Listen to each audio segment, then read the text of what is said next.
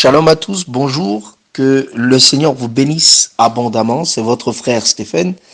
Et ce matin, on voulait partager quelque chose avec vous, quelque chose que nous avons reçu ce matin par la grâce du Seigneur. Vous allez remarquer que c'est quelque chose que vous avez déjà entendu, mais la Bible nous dit que Paul dit que je ne cesserai de vous écrire ces choses. Je ne cesserai de répéter ces choses parce que ceci est salutaire pour vous. Mais vous allez comprendre aussi que tout le message tourne autour d'un autel, autour d'un message, autour d'une parole. Et Paul nous dit encore que nous prêchons Christ crucifié. Donc, vous allez voir que nous allons répéter les mêmes choses, mais comprenez que ces choses sont salutaires pour nous. En tout cas, que le Seigneur vous bénisse, que la paix de l'Éternel puisse remplir votre cœur et ce matin, que vous puissiez encore bénéficier de cette rosée qui vient du ciel. Que la main et le regard soient toujours tournés favorablement vers vous. La main et le regard de l'Éternel. Et nous, ce matin, voulons exhorter un peu le peuple, parler un peu sur Jephthé et sa fille. Donc, nous connaissons tous cette portion de l'écriture, nous connaissons tous cette histoire qui concerne Jephthé et sa fille. Donc, nous allons paraphraser, c'est-à-dire répéter la lettre de Juge, chapitre 11, versets 29 à 40.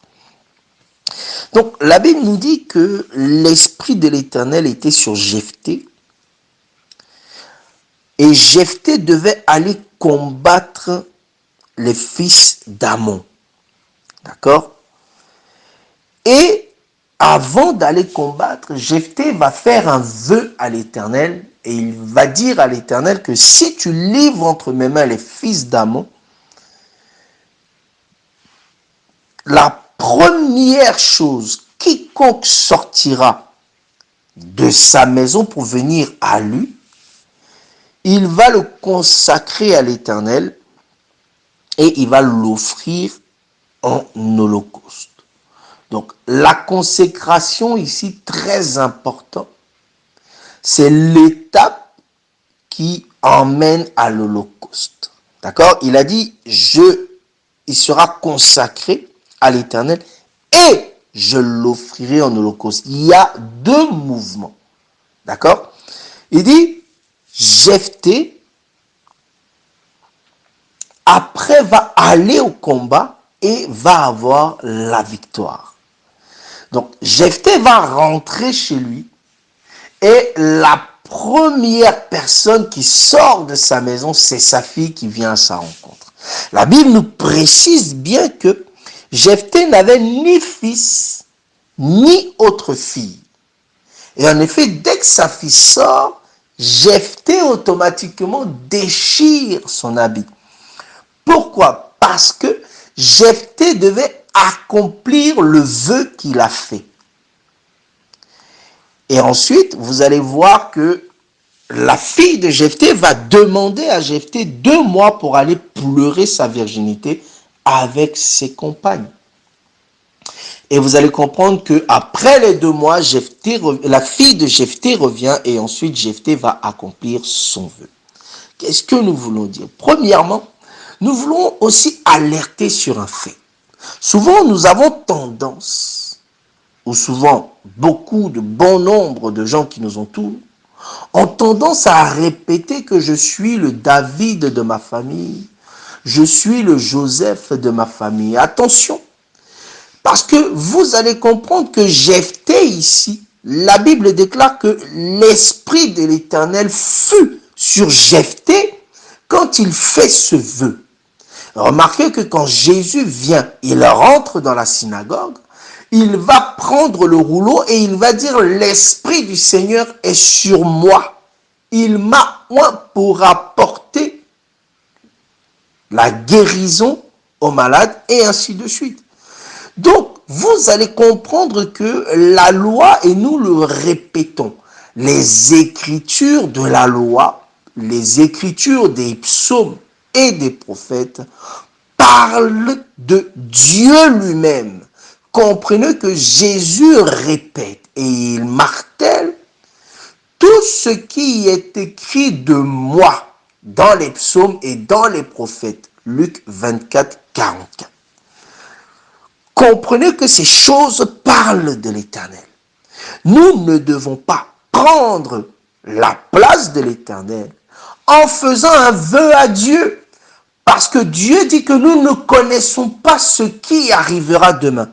Demain appartient à lui-même. Or, vous allez comprendre que celui qui connaît toutes choses, c'est l'Éternel. Voilà pourquoi lui seul est capable de faire un vœu et d'accomplir ce vœu. Parce que comprenez que nul ne peut accomplir de vœu devant l'Éternel. La Bible déclare que l'homme soit déclaré menteur. Et de plus, la Bible nous dit que celui qui n'accomplit pas son vœu, il attire la malédiction sur lui. Donc nous voulons déjà dans un premier temps sonner une alerte là.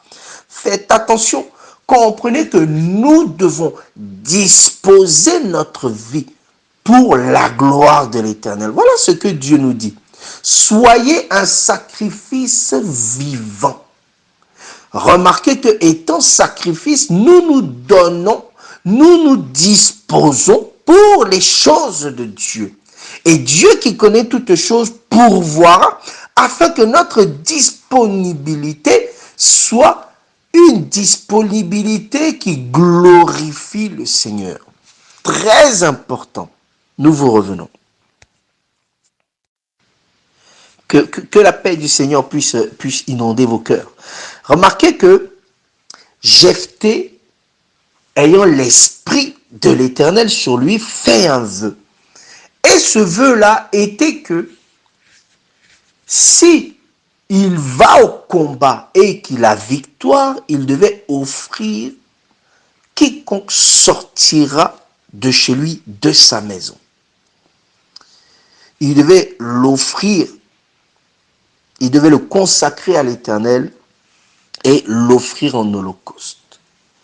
Remarquez ici que Jephthé rentre chez lui et c'est sa fille qui sort en premier.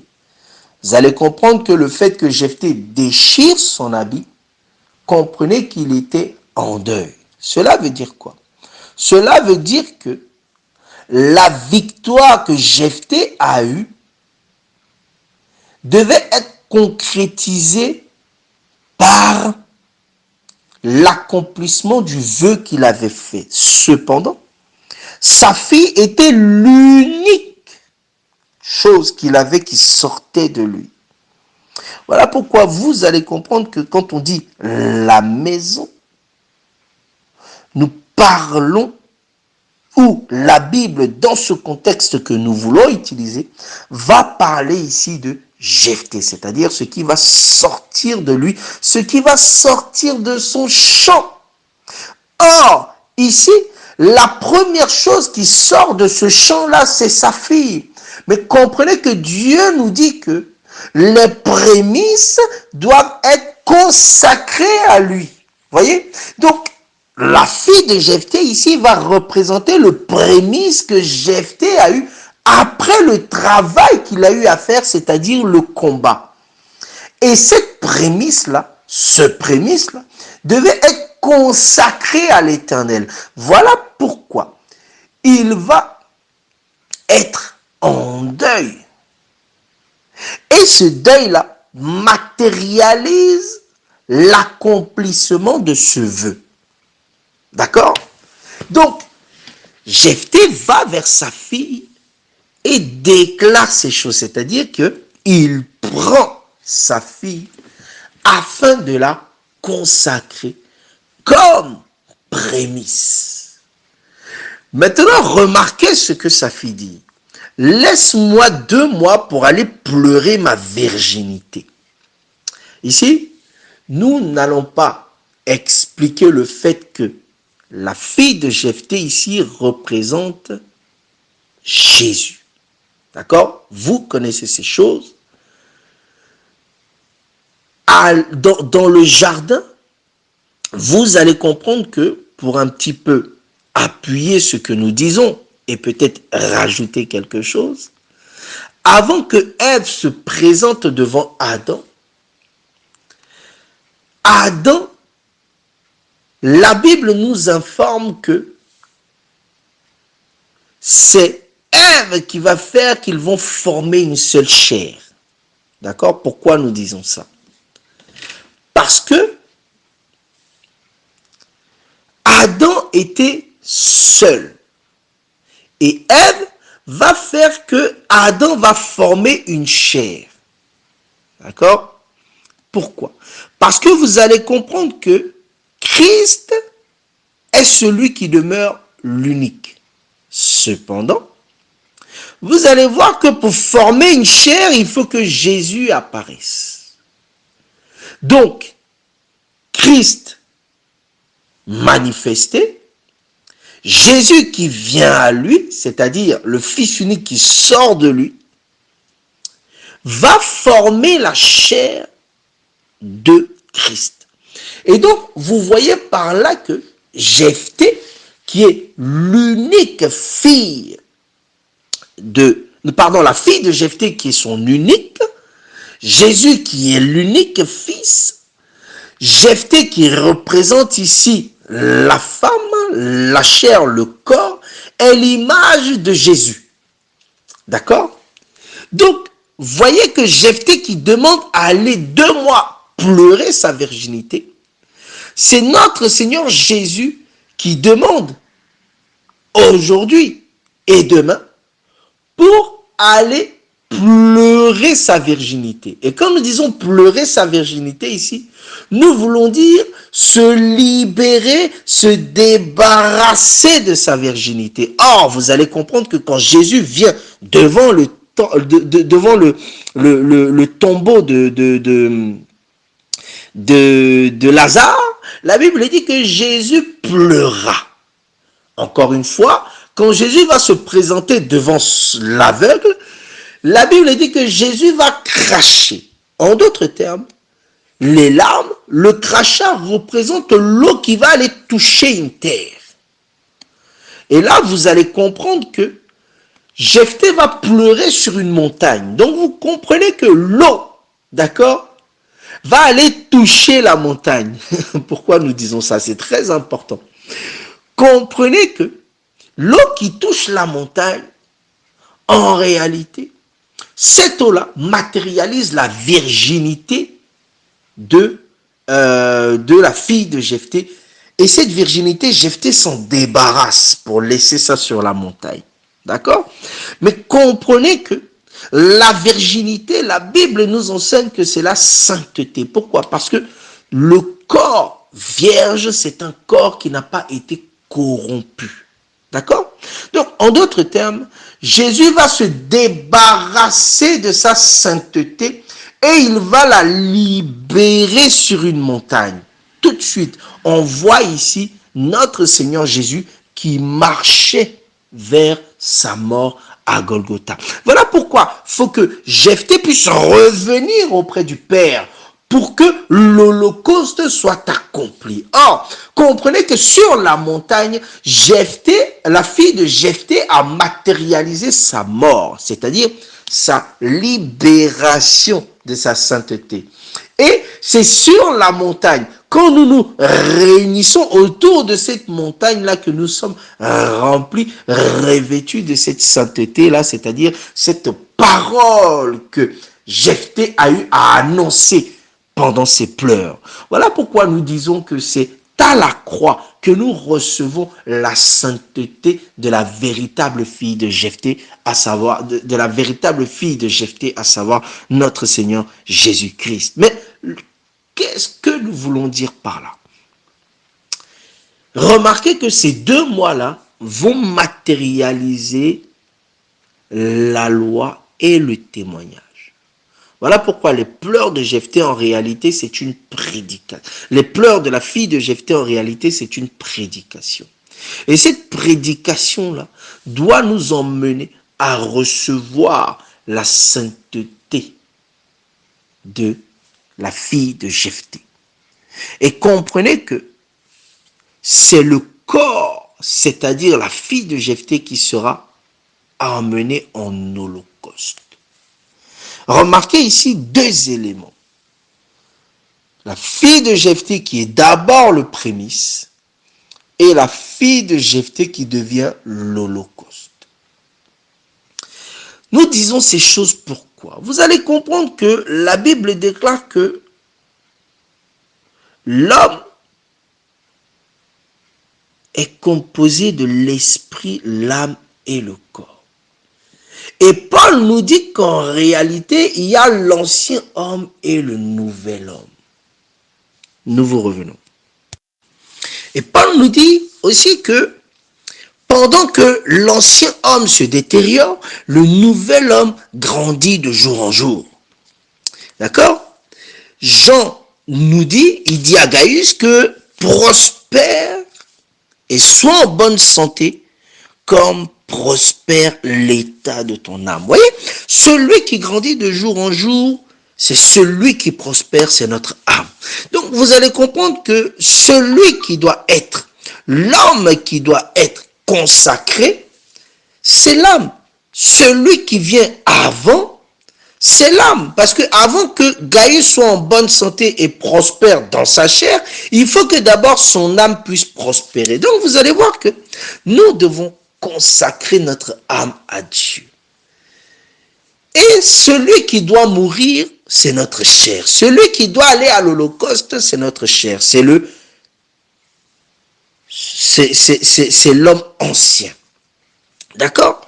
Donc, vous allez remarquer que ce fait très important nous emmène à comprendre que le lait et le miel, la loi et le témoignage, nous emmènent aussi à ce que nous puissions tuer, c'est-à-dire emmener à l'holocauste le vieil homme, l'ancien homme. Comprenez? Il est très important de savoir que la chair doit être tuée. La chair doit être emmenée à l'holocauste. Mais quand nous disons ça, nous devons comprendre ces choses sur le plan qui nous ramène à ne point abandonner Dieu. C'est-à-dire que pendant que nous souffrons dans la chair, c'est-à-dire que pendant que Satan touche à notre chair, pendant que nous sommes tentés, ces choses-là ne doivent pas nous empêcher de nous consacrer à Dieu, c'est-à-dire de nous rendre disponibles en toutes circonstances pour Dieu, c'est-à-dire consacrer notre âme à Dieu. Vous voyez? La chair, en toute chose, doit aller à l'holocauste. La chair, le corps, en toute chose, doit souffrir, bien-aimés. Comprenez ces choses, que notre âme doit être celui qui doit être consacré à Dieu. Notre âme doit être celui qui doit être dans les mains du Seigneur. Et notre chair, l'ancien homme, doit mourir. Voilà pourquoi vous allez comprendre que la Bible dit que te sert-il de gagner ce monde si tu perds ton âme? Vous voyez, il y a deux éléments. Il y a deux filles de Jephthé. Il y a l'ancienne fille et la nouvelle fille. C'est-à-dire la première chose qui sort de la maison de Jephthé. Le prémisse qui sort de la maison de Jephthé. Or, la première chose qui sort de toi, bien-aimé, c'est ton âme. La première chose qui sort de toi, c'est ta parole, c'est ton âme, c'est ce qui est en toi, c'est le désir de ton cœur, c'est tes sentiments, tes envies, tes passions, c'est tes désirs et toutes ces choses, bien aimés, ces choses doivent être consacrées à Dieu. Et ce matin, nous voulons lancer un appel. C'est que toutes ces choses doivent être consacrées à Dieu et tu ne dois te soucier, bien aimé, des difficultés que tu peux avoir sur cette terre. Parce que Dieu prend soin de ton âme et comprend que si ton âme prospère, si ton âme est en bonne santé, automatiquement, bien-aimé, tu vas comprendre que tout va suivre, bien-aimé. Voilà pourquoi c'est très important ce que nous disons. C'est que pendant que ton âme grandit, ta chair automatiquement doit aller à l'Holocauste.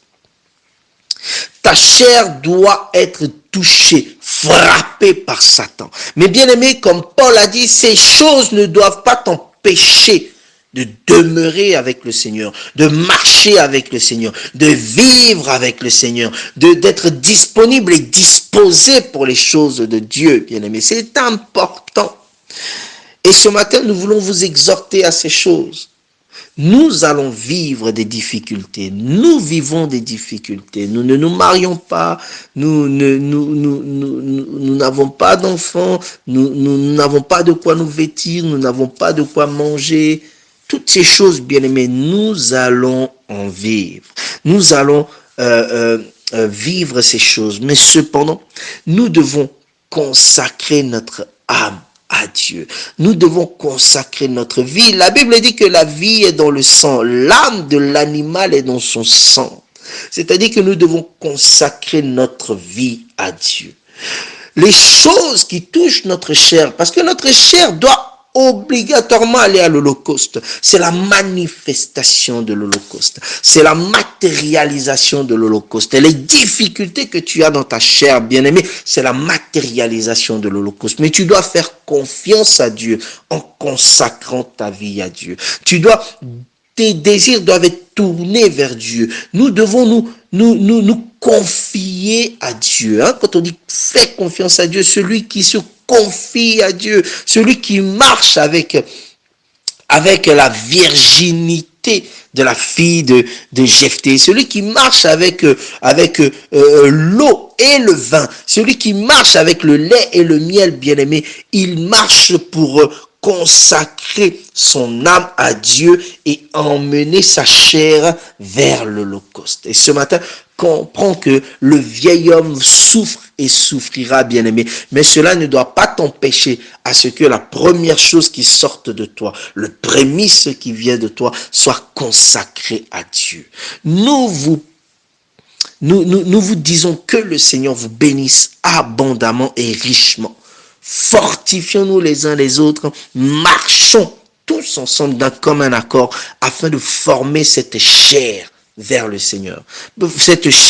Cette même chair avec le Seigneur. Voilà pourquoi il faut comprendre que nous devons aussi, à l'image des apôtres, nous entraider les uns les autres. Et ces choses-là permettent à ce que le corps puisse demeurer en bonne santé. En tout cas, que le Seigneur vous bénisse abondamment, que vous puissiez passer une excellente journée dans la paix, dans l'amour, dans la joie de notre Seigneur. Comprenez que l'Éternel ne nous abandonne jamais. Il est en permanence à nos côtés. Même quand nous souffrons, comprenez que l'homme, celui qui est en nous, le prémisse, notre âme, doit monter et grandir. Et ces choses-là, comprenez que si nous nous confions à Dieu, bien-aimé, nous ne serons jamais confondus. Soyez bénis et shalom.